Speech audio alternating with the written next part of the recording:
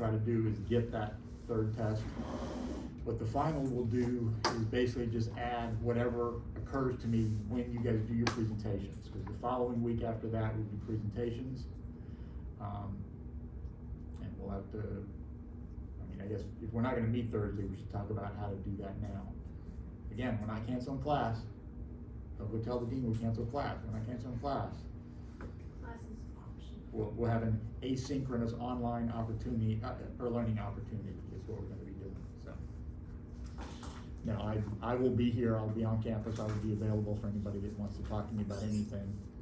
But my plan is get you guys a test that's over this material, and then we'll have a final that sort of pulls it all together as best I can, and also will include things that I find relevant from everybody's presentation. So if for no other reason, pay attention to each other because it might be on the last test that we do. Did I hear something about the final being optional? I don't know, what does it say on the information sheet? Something about there's 4 tests and 3 counts. If that's true, then I wrote it down, so I should have brought it, but I thought, oh, I only need this. And of course, you asked a question that's relevant. But yeah, if it's on there, then yeah, that effectively makes it optional. Now, I think there's actually a rule that I can't make it optional, but what I can do is drop 1 grade. And that means if you're fine with the 3 that you have, then that will be a 0 that gets dropped, so. Yeah. It's, The lowest one. so, yeah. So, you know, if you need the points, you'll take the final exam, but otherwise you can skip it. Right. Yeah. So assuming that's what I wrote many, many times, many, many weeks ago.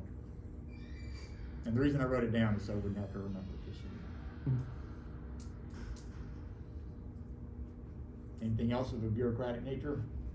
I have a question about the presentation. Okay, let's talk about those. Am I bringing slides? Should I write What people have done both. Some people have given board presentations. The only thing about a board presentation is that there is an effective time limit. We have 2 classes. We don't have as many people as we started with, but in principle, we have 1, 2, 3, 4, 5, 6, is that all? Presentations? 7. Is it 7? This is Gabe, Kara, Gabe. me. Oh, if I got Kara, Jimmy. 7, Kara. Yeah. I forgot Kara. So, so 7 presentations, and there's 150 minutes, so that's like 20 minutes each. So, the one constraint with a board presentation is that there's dead time while you're writing, which may or may not be a bad thing. So, I have no dog in that fight. If you're asking what I want, it's your presentation. You do it your way. What is even possible? People have done both. We will figure out either here or some other room how to project things. I have done it in this room, so I'm sure I can learn how to do it again. I just don't do it very often. If we've got 20 minutes each, that's enough time that we can switch computers if we want to, or if somebody wants to volunteer their computer to be the one, everybody puts their talks on that, or puts them online and accesses them that way. Again, that puts some burden on you guys to get coordinated and figure out what you want to do, but I'm fine either way.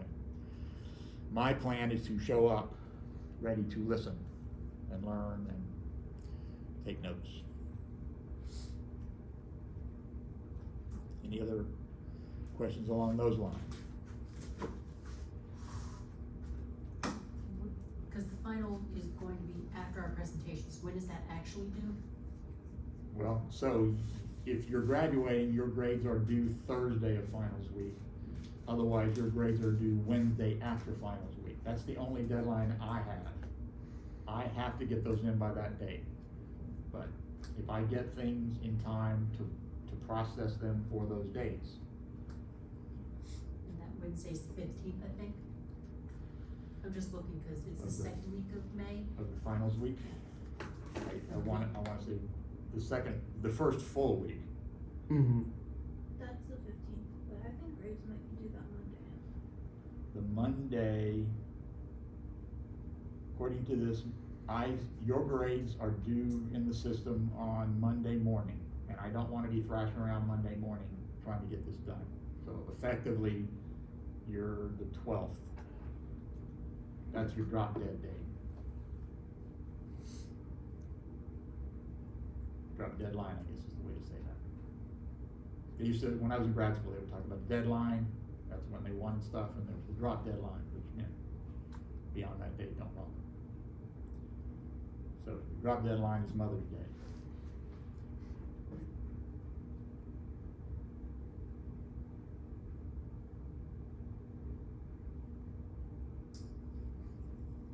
Unless you're graduating, in which case it's that third day during finals week, the 9th. I don't know if that applies to anybody in here. Anything else of a bureaucratic nature? Anything about anything that we're talking about? I want to clarify before we get there. Kind of where we are is, so we finished off with like a very basic idea of the standard model, right? We didn't even do we did the up quark and the down quark, and that's enough to make the neutrons, the proton, and the pions. And that gets us most of the standard model. There's a lot more to it than that in order to, the kaons and the strange particles and the lambdons and all that kind of stuff. You need more quarks for that, but the basic idea is the same. You take quarks and put them together in groups with certain symmetry properties. And that's really what I wanted to talk about today, is the crucial part. That I think, certainly the way I did this, got completely lost. The idea of symmetry is even part of it, right? We talked a little bit about that. We talked about symmetry of wave functions. We talked about parity, which is symmetry of the wave function in space. We talked about exchange of particles and what the wave function had to do that. So we've sort of talked about a little of these ideas. But I guess what I wanted to do today was to try to impress the idea, the fundamental nature of this. And along the way is to sort of rationalize the idea of making stuff up. Kara kept giving me the look, right, about isospin. And yeah, it's nothing to do, we call it spin, but it's really nothing to do, and it's just this thing we make up. And it's like, what? What do you mean make stuff up? Because I said we make up mass, we make up charge, yeah we do, but you kind of, especially at this point, you kind of have a feeling that you kind of know what those are, right? That's a real thing. An electron has some charge inside of it. And isospin, we just made it up, right? It's like, okay, yeah, if I make up the proton has spin, isospin 1/2, and I make up the neutron has isospin minus 1/2, then I can do all this stuff, and the pions have it. Yeah, it works, it's kind of, but it's still just made up, it's just silliness. The idea of symmetry, wait, I need to use a black one, right, for the video? I think that's what Kara said. Black or blue. Black or blue shows up? Yeah. Okay, I just go black. I want to like bring up the idea of why finding anything, even something made up, that is conserved is so important. Why is that? Why should you spend your time on that to figure out what's going on in these subatomic particles? Intuition's certainly not going to work. Is that clear? I mean, you can't have intuition about these things because you have no common experience together. You and the proton do not have a common life experience, so you can't build intuition about what they do until you already know the answer. This is chaos, and you need to find what is the order in the chaos. So, why is it a big deal to make stuff up? So, my idea was to start here. Can anybody guess what any of those are? Well, you can tell from the fact that this is a physics class. E equals energy. Okay, E probably stands for energy. He did his part. U probably stands for potential energy. U probably stands for potential energy because it very often does. There's a reason you can't use P for potential energy. That happens to you in thermodynamics. So what's T got to stand for? Kinetic energy. Got to be kinetic energy. Why don't I use K? Because Goldstein uses T. Goldstein wrote the Uber grad school book on mechanics. I don't know exactly where that comes from, but that's pretty standard, using T for kinetic energy. So I know that in one dimension I could do this.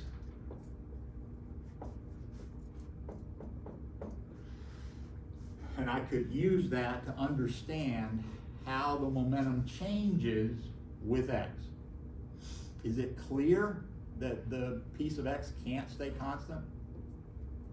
Isn't a constant of the motion?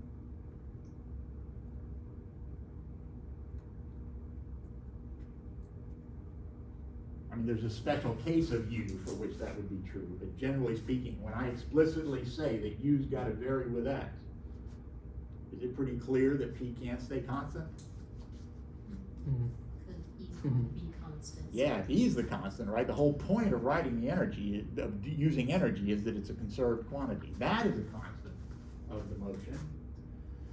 And if this changes with X, and P is not zero, that means I move, and that means I will go to different X's, and so P can't change.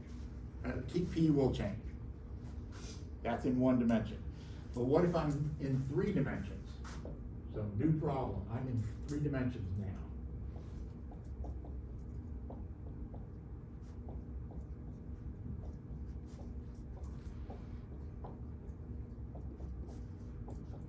And there's nothing significant there, I just moved those over so that they're kind of together.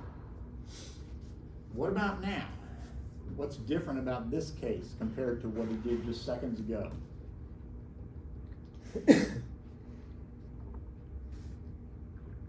PX could That be, needs to change. Yeah, yeah, only the px changes, right? Because there is a force in the x direction. Remember, U is invented for this. U is invented to be a function whose derivative gives me the force. Incidentally, this will be relevant later. If I add a constant to U, how does that change the force?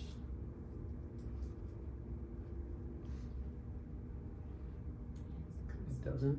Not at all, right? Not at all. So the fact that I can change this U and it looks like the energy's different isn't a real difference. The dynamics is the same, right? The motion, how they behave is the same because the force is not different. So, and that's going to be relevant here in a minute. And I think somebody told me that this is still the px changes, right? There is a force in the x direction. The potential energy changes as I move along x. And so I can't really say that this is going to be a constant, but that certainly is. That part of it changes. As I move along x, U will change, and so this whole side changes, but that's the only part that gets affected. These two will be constant. So, that U of x doesn't affect the Py and the Pv. Now think about a radial problem. And I'm going to take a side trip to do some stuff that I think you should see. It'll be relevant to what we talked about earlier in terms of quantum mechanics, but I will take a little bit of a side trip once I get this part.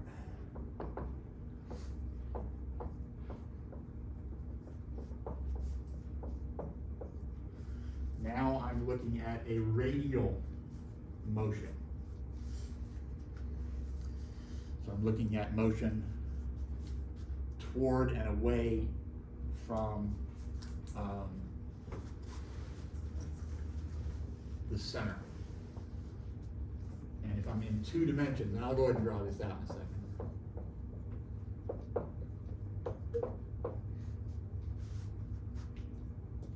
I'm in X and Y, that's a point R. So piece of R would be the component of the momentum that is toward or away from the center. Used to be better at these. And piece of phi is perpendicular to that. It is the part of the momentum that is perpendicular to the position. You can move that way, right? But that's all. If you're in this plane, then all you can do is go away or toward or away from the origin. You can go transverse to the origin. And that's all. Those are two perfectly fine orthogonal momentum, just like these two. It's different, but this is a perfectly fine set of coordinates, also a perfectly fine set of coordinates. Well, look at that, and using what we talked about as a guide, tell me something about what's going to change here. What is the behavior of that system? PR is gonna change. Yeah, it looks like the radial momentum can change because there is a force along the radial direction. But there is no force in the phi direction. This R, this U, does not change as I go around. It changes as I go in and out, but not as I go around. And so that would be a constant. So what is typically done is I multiply and divide this side by R.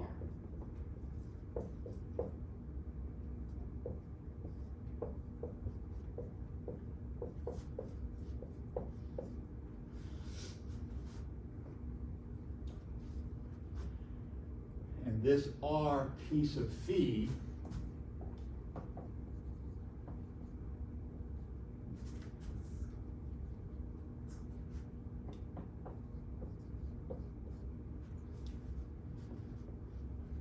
but what did I calculate when I did R cross P?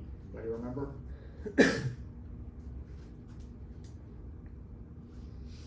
P is the total momentum pointing in whatever. In this case, it would be pointing more or less like that.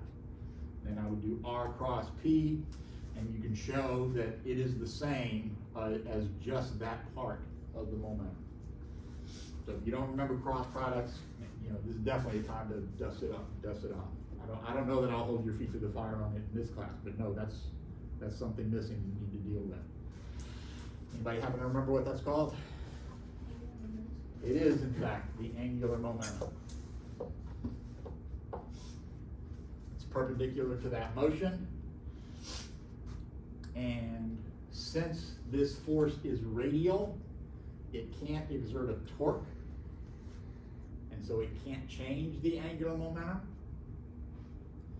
And since it can't change the angular momentum, I am perfectly right, within my rights, to put it in the XY plane. Because if the angular momentum can't change, it has to stay in the plane it starts in. If the angular momentum can't change its direction, R cross P will always have to be in that same plane. So, but again, the way that's typically written is not piece of phi, but rather as L squared.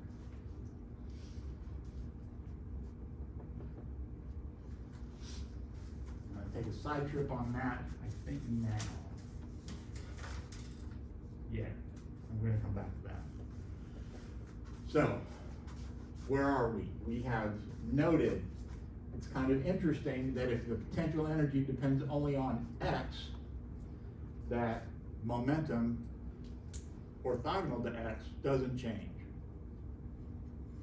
If the potential depends only on radius, if the force is only radial, then I can change the radial momentum, but angular momentum doesn't change. The angular momentum will be a constant.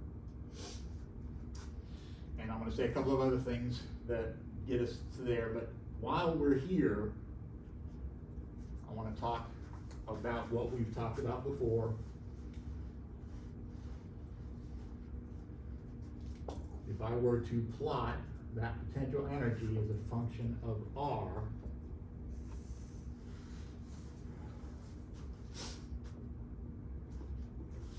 that's my U of R, right? So this is a minus GMM over R. It could also be a minus Q1, Q2 over 4 pi epsilon naught R. Either way, it's an inverse 1 over R potential, which means it's an inverse square R force. We know that this is because these are massless particles communicating that force. How do these two charges know to interact? They are exchanging a quantum of electromagnetic field. And the reason it goes like R, 1 over R, is because they are, the photon is massless. Doesn't cost you anything to make one. Who remembers that the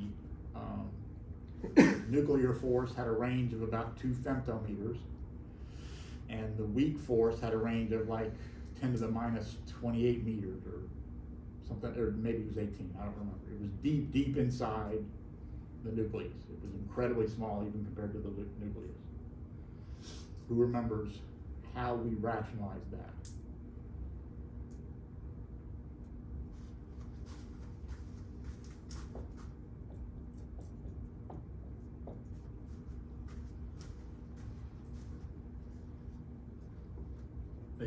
Don't they exchange a particle that does have mass? They do, and because they exchange a particle that has mass, this R is a finite number. And so this force dies like 1 over R, but also it has this exponential that shuts it down really fast. And because you're borrowing, but you're borrowing against the future, I guess, you have to pay it back within a certain length of time, and the more massive this particle is, the less margin for error you get to, the shorter time you can kite that check, I guess. I guess kiting a check isn't a thing anymore, but anyway.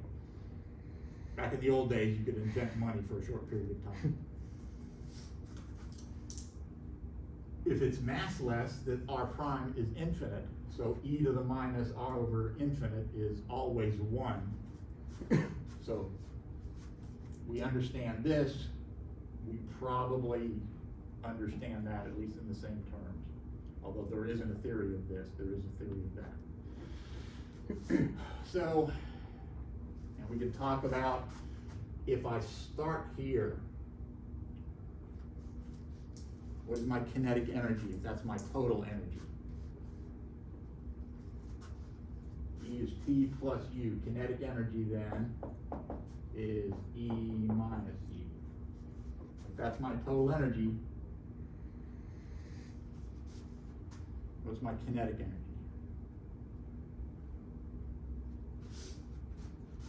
This is my potential energy. What can you tell me about my total energy and my potential energy at that point?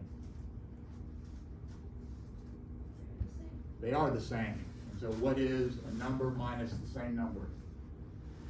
0. 0. So 0 kinetic energy. What's another way of saying 0 kinetic energy? Stationary. Not moving, right? Stationary, sitting still, stopped. So is there a force on me there? We talked about this before, so.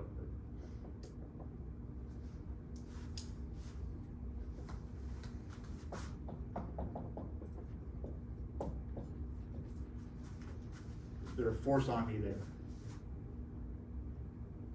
There is. Because the force is the slope of the potential energy. Positive slope. Minus sign means it's a negative force. This force is towards the origin, pulling me in. That makes sense. Gravity pulls people together. This probably should have a minus sign in front of it. But. So what do? Is I fall towards it. What's happening to you as I move in? If I move to this point, closer, It's decreasing. I have lost potential energy, right? It was made up in the first place, but whatever I made up, I lost some of it. So what must I have gained? Kinetic energy? Yeah, the whole point of this operation of inventing energy is so that I can make these sorts of statements, that I can say that the book's balanced and there's a certain amount of total energy, and if this goes down, that goes up. That's my total energy, it's not changing. What happens to me? I just go faster and faster and faster until I hit whatever it is that I'm falling towards. So at that point, I'm falling straight towards the sun. And I burn up in the middle. This starts to look different when I get close to the sun, especially when I get inside the sun. So things are very, very different at that point. But this works until I get up to the sun. What changes when I add this? We'll talk about what the significance of that is, but for now, think about that as this picture with L equals 0. Right? If L is 0, if I have no angular momentum, then that's the right picture. So I fall straight to the sun. What does this look like if I plot it on the graph? Well, as long as we're here. Same thing with this energy, right? I've had this total energy. I just don't get as far out before I fall in. What is this energy? That's total energy 0. You still there? You, So you're not being affected by the sun's gravity? no, I am. My total energy is 0, but 0 is still equal to T plus U. U is a negative number, so T can be positive, that can be negative, they can add up and give you 0. If I'm here, what's my kinetic energy? It's that. So you're right? moving away from I'm the moving, sun. yeah. Or I'm falling in from really far away. Because this goes on forever. Think about it going the other way, maybe that helps. Say I'm trying to get away from the sun, I go to here, what happens to me there? Start going I back. stop, now I fall back, right? If I go a little bit faster, I get farther before I fall back. Here, I'm going fast enough that I just barely get free. What's my kinetic energy when I get really, really far out? Well, U starts to approach 0. Total energy is 0, so T approaches 0. So I managed to escape, but just barely. It's got a special name, it's called the escape velocity. I'm fast enough that I can just barely not ever fall back. What about that? If more than enough. More than enough to get away. Yeah. These are bound orbits. My total energy is negative down here. I'm bound to the system. Here, I'm just barely unbound. Here, I'm more than unbound.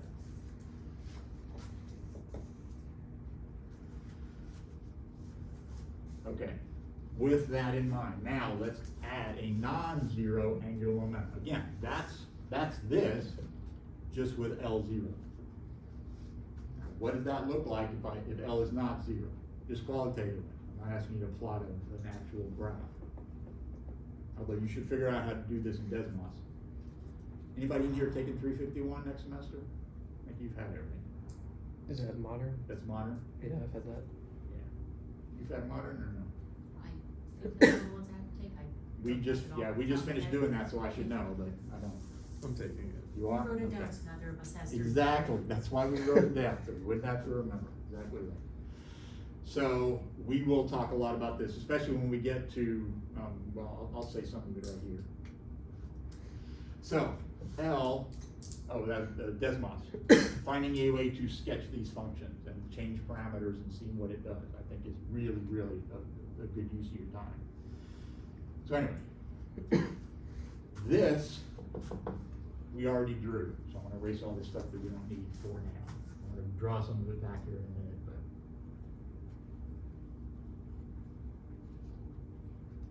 And you said blue works? Mm-hmm.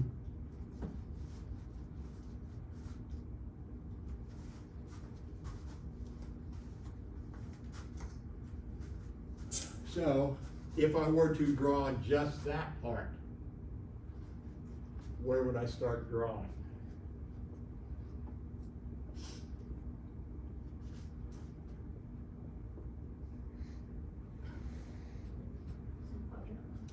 It's definitely up here, right? That's a magnitude of a vector, so it's positive, and when I square it, it's even more positive. Positive, positive, positive, R is positive, and when I square it, again, more positive. So strictly positive. Everything in here has got to be positive. I've got to be in the upper half of that first quadrant. Strictly speaking, there is no third and fourth quadrant. R can't be negative. R is the magnitude of distance. We're actually in orbit. Remember I drew that picture, right? We're in orbit. We're just sort of suppressing the phi part when I'm showing you the phi motion here. So I'm up there. So we need to figure out, when I add them together, who wins in various parts. That's really what I gotta figure out. So for this part, I've got a minus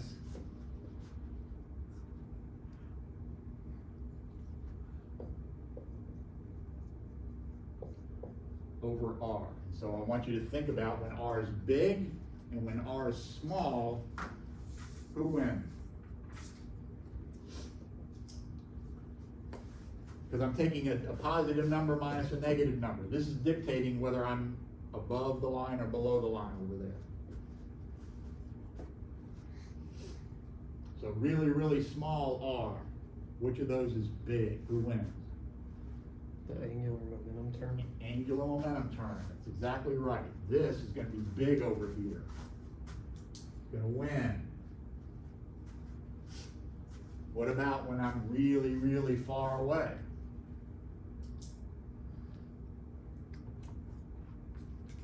They're both small, but who's smaller? Yeah, this one loses at really, really high distances, because when I take a big number and square it, it's even bigger. So I'm suppressing that number. So this dominates far away. So when I get far out here, it's going to look something like that. It's never going to be on top of these, but it'll be close to them depending on where you are. Well, intuitively tell me what that's got to look like. It's gotta dip below. It's got to go below, because it's got to be down here someplace. And it's a continuous function. That there's a theorem that says it's got to reach a minimum somewhere and turn around and come back.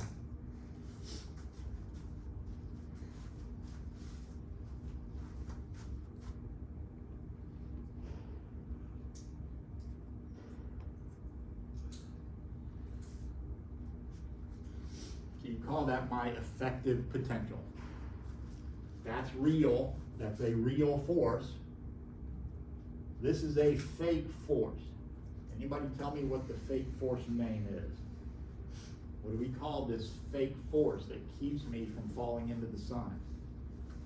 Instead of going straight along this, because I have a PHYS, I fall in and loop around.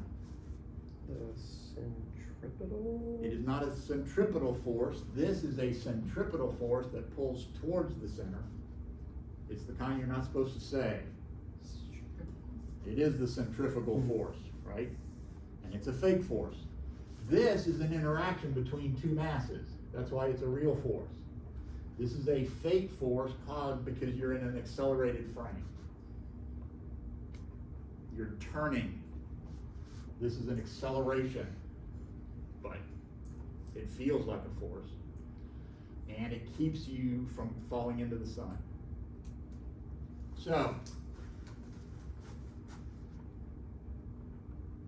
this is the same kind of free orbit that we talked about before, except now, if you fall in from outside, you reach a certain minimum distance before you then fly out again. What is that minimum distance? It's you coming in a hyperbolic orbit, you reach some close pace, and then you swing out again. So that's that one. This is the same as it was before. That is the total energy equals 0. That's barely enough to get away. What is this negative energy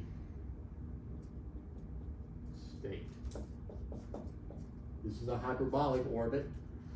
I bet you know what that one's called. What is this one called? It's bound, right? Stable orbit? It is certainly stable. Why is it bound?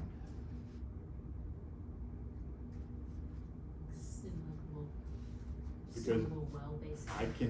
I'm stuck in there, right? I go out this far and I go in this close, but I don't ever get to leave. My energy is below this asymptotic value. So there's a turning point at the large size as well. Here, there's a turning point on the inside, but not anywhere else. You never turn around and come back. Here, you never turn around and come back. You turn there when you get as close as you're gonna get, and then you fly back out again.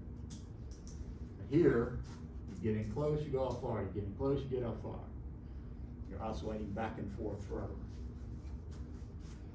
It's bound because you don't get to leave.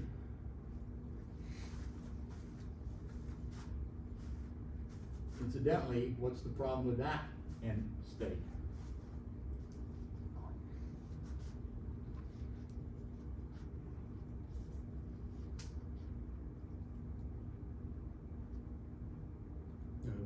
Negative kinetic energy? Everywhere. Here, you have negative kinetic energy here, which means you can't go there. You have negative kinetic energy here, which means you can't go there, but you have positive kinetic energy there, which means it's fine. So you can hang here with this energy, you can exist, right? You can't live here. There's no place where you can have a positive kinetic energy.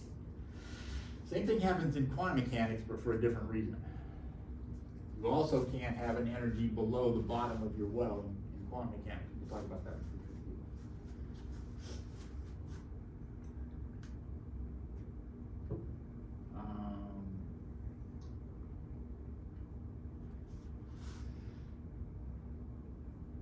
So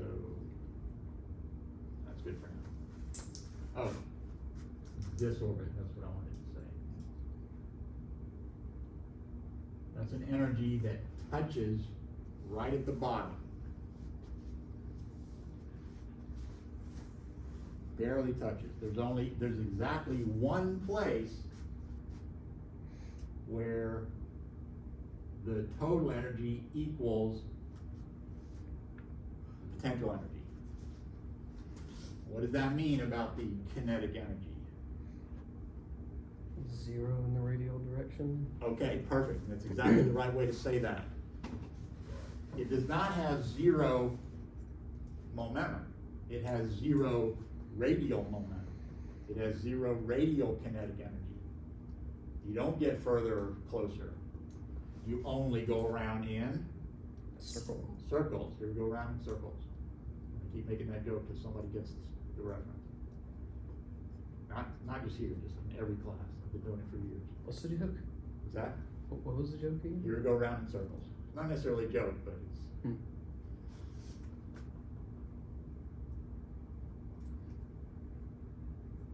So that's a circular orbit. Your radius does not change. You're in a circular orbit now. Exactly perfectly circular orbit. Notice that that's the lowest energy for a given L. L, angular momentum, dictates that shape. What if I were to reduce L? L were smaller, what would change on that graph? How would I draw that? I'll do it and do it. Make L smaller. It wouldn't change the shape, because that shape is based on having this and having this. It'll be that general shape, but something would be different about it if I reduce the angular momentum.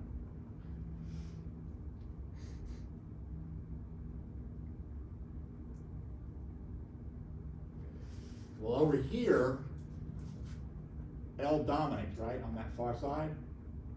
And I make this smaller, what's going to happen to this line?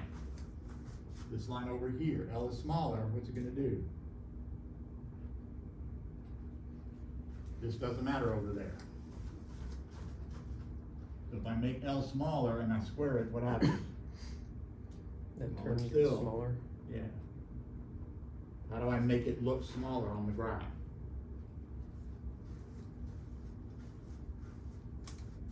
Below, right, smaller, down, gotta go down.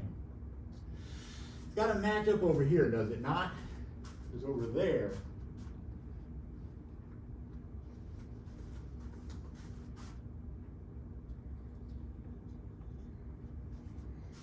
so it's gonna drop, this peak's gonna be in a different place, the minimum's gonna be in a different place. I haven't done this probably to scale right, that's why Desmos is referring to it. But now, there's a lower energy orbit for a circular orbit. That same energy with a lower angular momentum is an elliptical orbit.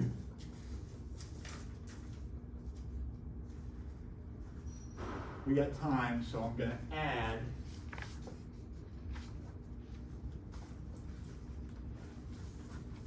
general relativity to that.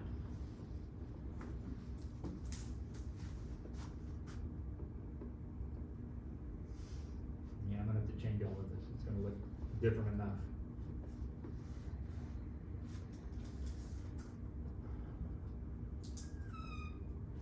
It's tough to get there, but the effect is to just add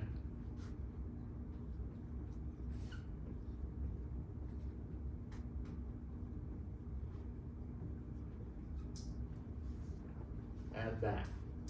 So tell me why nobody noticed that for the longest time. Look at that equation and tell me why they didn't notice forever. They had to make some really, really careful measurements of orbits before they noticed a weirdness. Look at that equation and tell me why that should be so small. Because you have c squared in the Got a c at the bottom and I square it. And that's a big number compared to everything else. I mean, we're going fast, 30 kilometers a second. But that's nothing compared to the speed of light. So that number is really, really small already. Where is it going to be big? Given everything else, where is it going to be big? And R is small. So the first place they noticed this was Mercury, because this R is small for Mercury.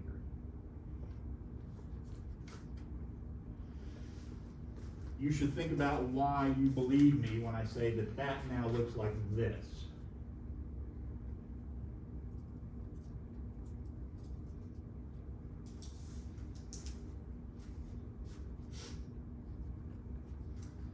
At large R, it looks like this. R big, this still wins. For R really small,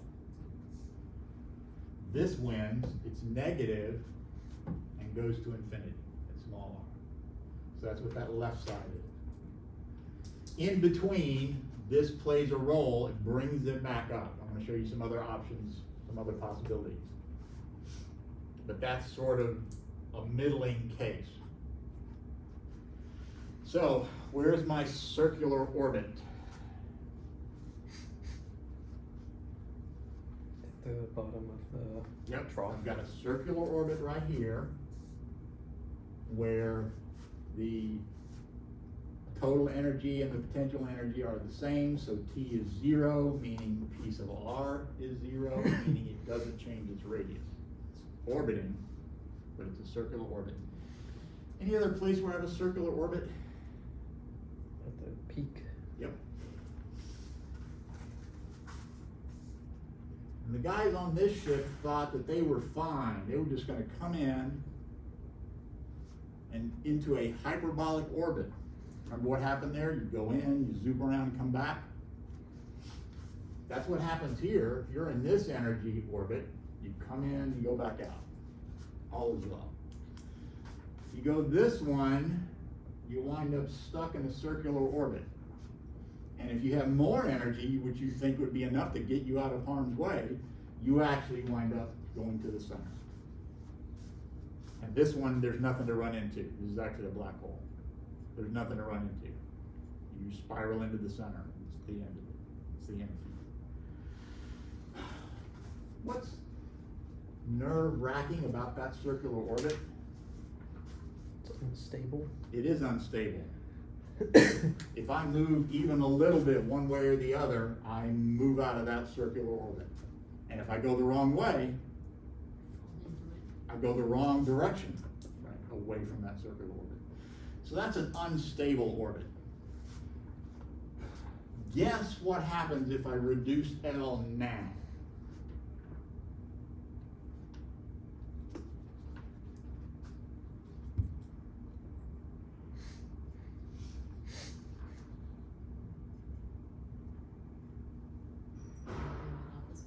Say again? It doesn't bring the, I don't know if you call it Well, little down here, not much happens because this is winning, right? L already doesn't matter. On the far side, L again doesn't matter because this dominates. It's only sort of in between where if I make this positive addition is smaller. So it sort of matches up down here, but then it's gonna be there and match up out there too.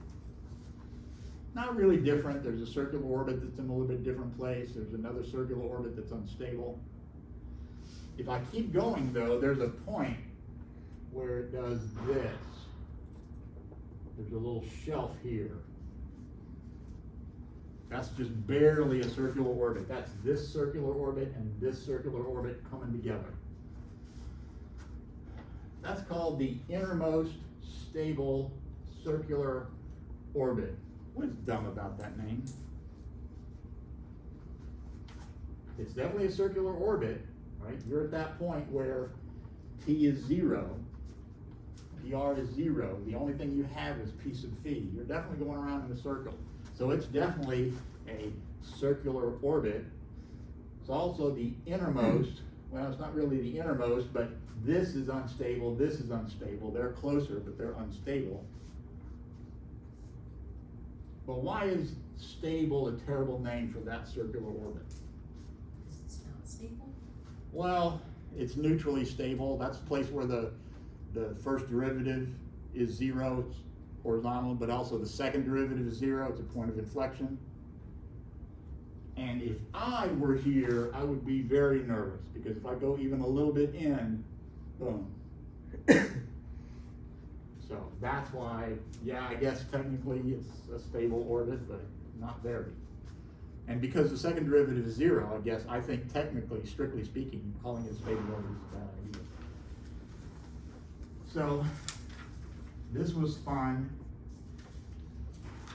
And I can, one other thing I can do is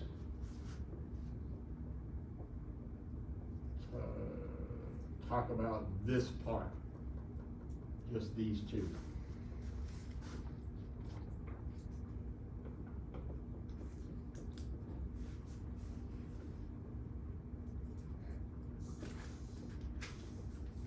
That's if I just factor this part out of both of them. This is just L over MCR, whole thing squared. But if I put in what L is, you should remind yourself what L is so that you can then find out that all of this is V sub phi over C squared. So the influence of this term really just has to do with your angular velocity. This is meters per second. This is an omega. This is meters per second just in the phi direction, divided by the speed of light. So this will be small according to how small that is. As you go in closer and closer and closer, what happens is your circular orbit is faster and faster and faster. Mercury goes around like a month and a half, something like that. We go 12 months. So, or maybe it's 3 months. Anyway, I faster. think it's 88 days. Yeah, that's stuck in my head too. Yeah, 90. Yeah, so almost 3 months. So it's going faster, and so this term is bigger for Mercury, so that's why they noticed it there first. And it's tiny, right? It's like a tiny fraction of a degree every century. They had to work really hard to even detect that. But this is what you need to do. And that's why we have weekdays, or is that entirely different? Say again? We have the year calculated without that in it, then that's Yeah. small amounts why we have weekdays? Or is that No, something else entirely? no. that's Leap days. something else entirely? Yeah. Leap days are about the fact that there's no reason that the orbit and the spin of the sun, the Earth's spin and the Earth's orbit have to be in an integer ratio to each other. So, in fact, they're different over time. You're used to have 400 days, so that'd be like 35 leap days or something every year. So anyway, again, I wanted to do this because it's kind of fun and we were doing it anyway, but the gist is that since R is the only thing that shows up, even in relativity, this L is conserved. So, where are we? We have figured out, in the first case,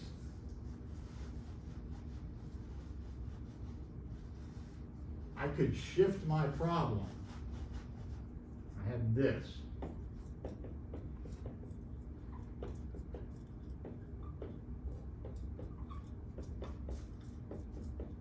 I could shift my problem along Y and along Z, and nothing's different. That ability to translate my system along X and Y and Z is what lets me say that PY and PZ are conserved. There's a symmetry in the problem. There's a symmetry that comes from the form of that U that lets me move that around. So PX and PY are this total quantity, P perpendicular squared, perpendicular to this direction, is conserved. The momentum is conserved because of a symmetry in that U. And this problem, there's no phi in it, so I can rotate my system. That rotation does not change my problem. I can either rotate my problem or I can rotate my axes, and there's a lot of discussion about which of those is important. For me, it's sufficient to know that they're different, but they don't make a difference. The fact that I have this symmetry tells me that that L is going to be conserved. There is one of the things we've been talking about. Oh. So you have this from electricity and magnetism. Even in 222 you do that. In 301 you do it even a little bit more. Again, I can add a constant to that V and it doesn't change the electric field. So the charges don't behave differently even if I change the voltage. What's interesting is that if I add magnetic fields to that, and I won't get into the details here, some of you have seen it, but some of you haven't, but if I add a magnetic field in there, it turns out that I can add functions to V. I'm not stuck adding a constant. I can add a function of X. And it still doesn't matter because there's another potential called the vector potential. I'm not gonna bother you with that. You don't even need to worry about it. The gist is that because of the way the electric and magnetic fields work, I can add even more interesting functions. I'm not stuck with just adding a constant and taking a derivative. By the time I take derivatives of V and derivatives of A, whenever I get done, I can change them both in ways that compensate. That's called a gauge symmetry. It's spelled the same as the track, the gauge of a railroad, because that's where it came from originally. And I usually spell it wrong, so you should check that. It's like a 50-50 guess, and I usually do it wrong. So there are symmetries associated with that. And because I have that, charge is conserved. If you say these equations must behave properly under this gauge transformation, then you can derive the charge conservation equation, an equation that says charges can't just vanish. So, a gauge symmetry conserves this charge. A symmetry in this potential energy conserves one momentum. Another kind of symmetry conserves that other thing. So in 1918,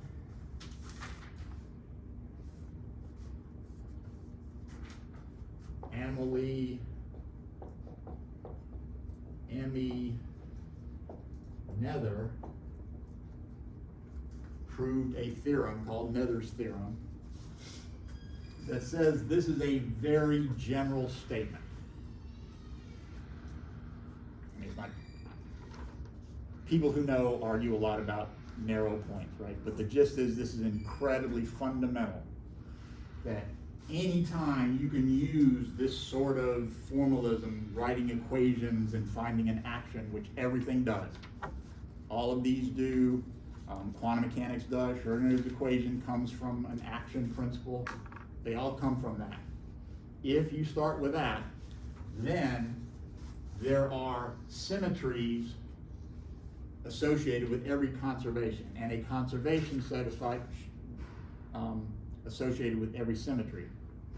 So where are we? We now know we have invented this made-up isospin. And it worked, right? We found out that isospin was conserved in all these reactions that we did. So what does Nether's theorem tell us? It tells us that because this thing is conserved, that's giving us information into what the form of the interaction between these particles must be. They must be some sort of symmetry. It doesn't have to be a gauge symmetry, but it turns out it is a gauge symmetry in this case. That's how you find the equations that dictate how these things behave. These things that nobody's ever going to see. It's how you bring order out of chaos. So.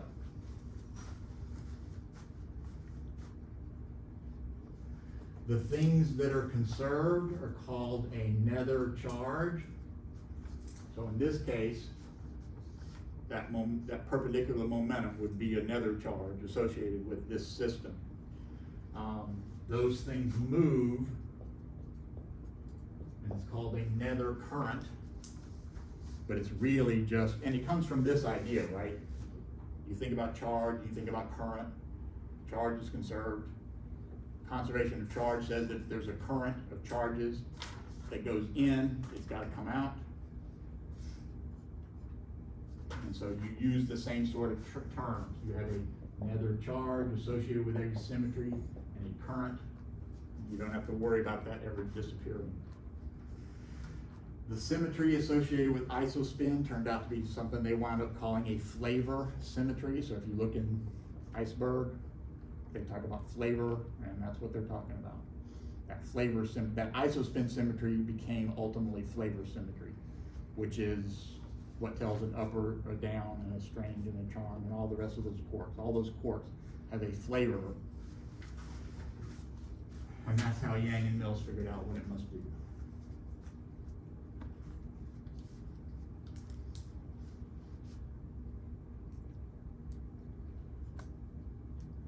Okay, bye.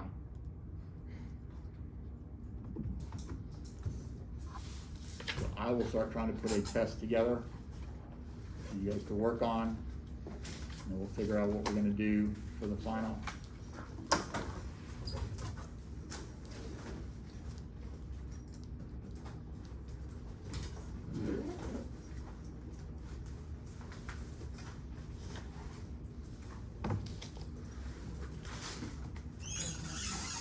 The test is this Thursday, next Thursday. I will give it to you. You will do it at your leisure and turn it in whenever you're ready. But I'm making every effort to get it. I will get it to you by Thursday for sure. Right, by this Thursday. But I'm hoping to get it to you sooner than that.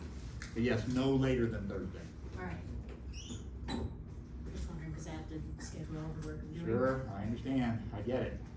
That's why I try to be as cooperative as I can. I'm still working on the first one. I finished half the first take-home test, but other stuff's take precedent. I forgot I had homework in another class I'm trying to catch up on. You know when my deadline is, so. Yep. And then presentations start next week on Tuesday. Yeah. Yeah.